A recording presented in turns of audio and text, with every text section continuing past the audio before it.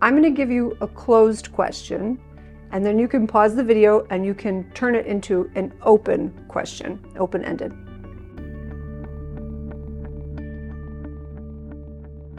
Now, in order to really pin this down, why don't we get a pen and do a very simple exercise? Because I think that as simple as this one sounds, it's actually one of the hardest habits to break for most people.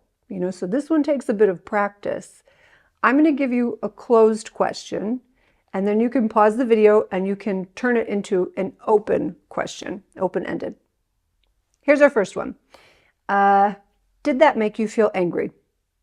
You can pause for a minute. Okay. And yes, here something like maybe, how did that make you feel?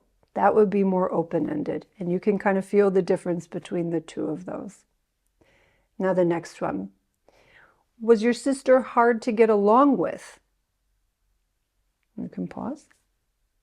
And here, what might be better is something a little like, what was your sister like to live with? Or what was that relationship like with her? Okay? Or even say a little bit more about your sister. Tell me a little more about her. Okay? Again, all of these are open-ended. And let's try one last one. Do you think that was hard for you because you had so much going on? We'll pause.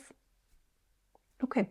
And to make that maybe a little open-ended, we could be saying things like, what made that such a hard time for you? Or what was going on for you at that time? Or how was that time for you?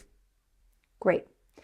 Now, so that's open-ended questions. Some other things to also be aware of when we're asking questions, because there is a real art to it, is to not to ask too many, right? Not that kind of rapid fire that we can do, sometimes when we're really curious or, trying to generate kind of a connection. So not that rapid fire, and to kind of go really slowly, and kind of in a attuned manner to the person that we're speaking with.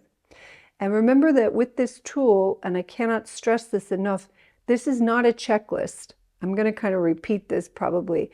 We're aiming for some meaningful reflection on a few of the questions, just a couple of the items, the ones that seem most important to the individual. It's not an inventory, right? So all you're really looking to do is find which questions are relevant to the person, then slow down, and then just enjoy the connection and listen.